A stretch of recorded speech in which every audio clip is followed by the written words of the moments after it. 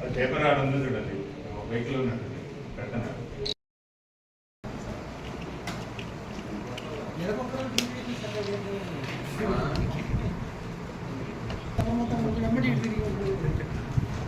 పైకెక్కు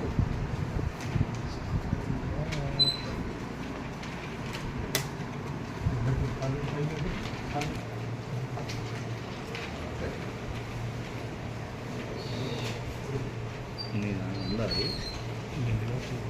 okay sir.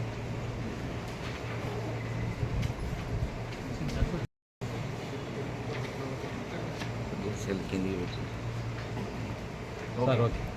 అందరికీ నమస్కారం. సూర్యాపేట జిల్లా సూర్యాపేట రూరల్ సర్కిల్ పరిధిలో ఉన్నటువంటి సూర్యాపేట రూరల్ పోలీస్ స్టేషన్ పరిధిలో నిన్న సాయంత్రం 9:30 గంటల ప్రాంతంలో మనకు డయల్ 100 ద్వారా ఇన్ఫర్మేషన్ రావడం జరిగింది. సూర్యాపేట మండలం పరిధిలో ఉన్నటువంటి సోలిపేట గ్రామంలో సోలిపేట ఆర్చ్ రామచంద్రాపురం నుంచి కుంచపమర్తికి వెళ్ళే దారికి దగ్గరలో సోలిపేట ఆర్చ్ దగ్గర ఒక వ్యక్తిని బాగా ఇంజూరీ చేసి కింద పడేసి చంపేసినారనేటువంటి ఇన్ఫర్మేషన్ రావడంతో ఇమ్మీడియట్లీ ఎస్ఐ గారు, సిఐ గారు, డిఎస్పి గారు ఇమ్మీడియట్లీ సీన్కి విజిట్ చేయడం జరిగింది. అక్కడ విజిట్ చేసిన తర్వాత వివరాలు చూస్తే మృతుడుగా మనకు మేకల జయరాములు సోలిపేట గ్రామ వాస్తవునిగా తెలిసింది. దీనికి సంబంధించి ఇమ్మీడియట్లీ మనం ఈ కేసుని హత్యానేరం కింద నమోదు చేసి సిఐ రాజశేఖర్ ఆధ్వర్యంలో ఇన్వెస్టిగేషన్ స్టార్ట్ చేయడం జరిగింది. దీనికి సంబంధించి మనం దర్యాప్తు అధికారి పూర్తి స్థాయిలో విచారణ చేస్తున్న సందర్భంలో మనకి మృతుడు మేకల జయరామ్కి వాళ్ళ అన్న మేకల కృష్ణయ్యకు గత కొంతకాలంగా భూమి సంబంధించినటువంటి విషయంలో గొడవలు ఉన్నటువంటి విషయం మనకు బయటకు వచ్చింది. దీని విషయంలో మేకల కృష్ణయ్య వాళ్ళ కొడుకు మేకల కిరణ్, ఇతను సిఐఎస్ఎఫ్ రాంచీలో పనిచేస్తుంటాడు, సిఐఎస్ఎఫ్ కానిస్టేబుల్గా.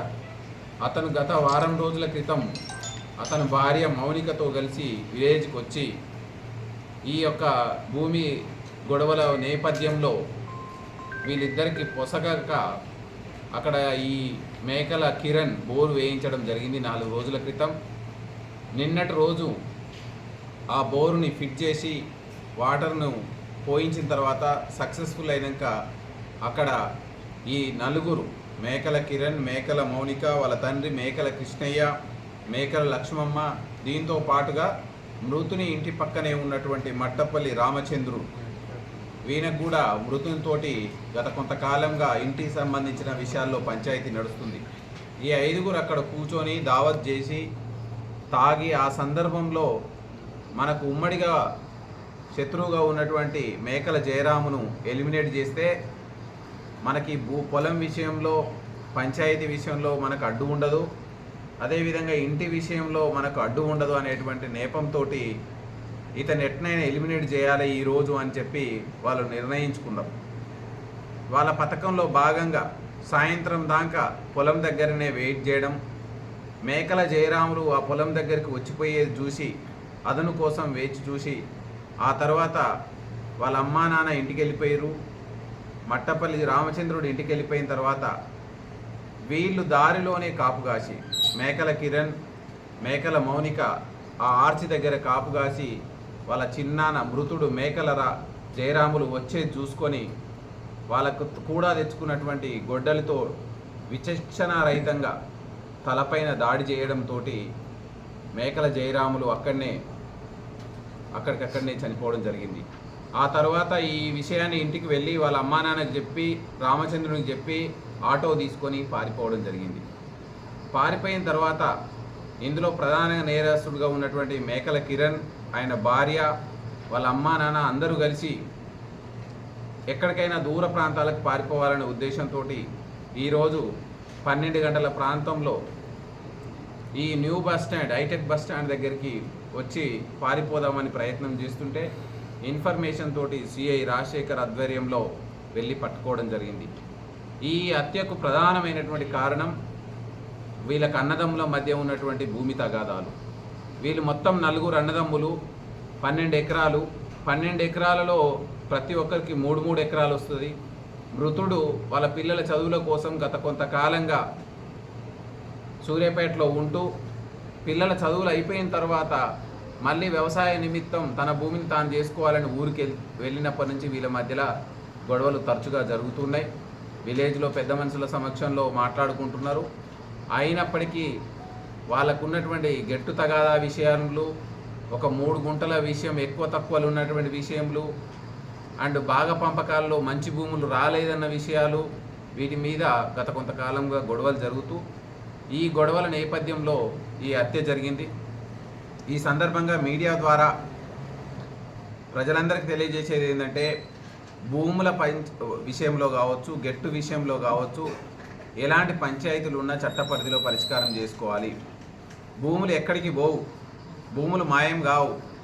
కానీ వ్యక్తుల మీద భౌతిక దాడులు చేసి హత్యలు చేస్తే తీవ్రమైనటువంటి నేరాలుగా నమోదవుతాయి. రౌడీ షీట్లు ఓపెన్ అవుతాయి. పీడీ యాక్ట్ పెట్టడానికి అవకాశం ఉంటుంది. అదేవిధంగా చనిపోయిన కుటుంబం అన్యాయం అయిపోతుంది.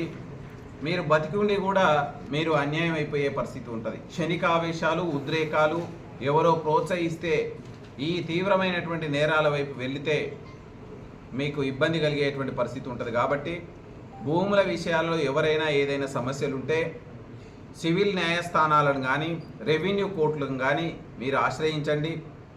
ఖచ్చితంగా దాని మీద న్యాయం పొందుతారు.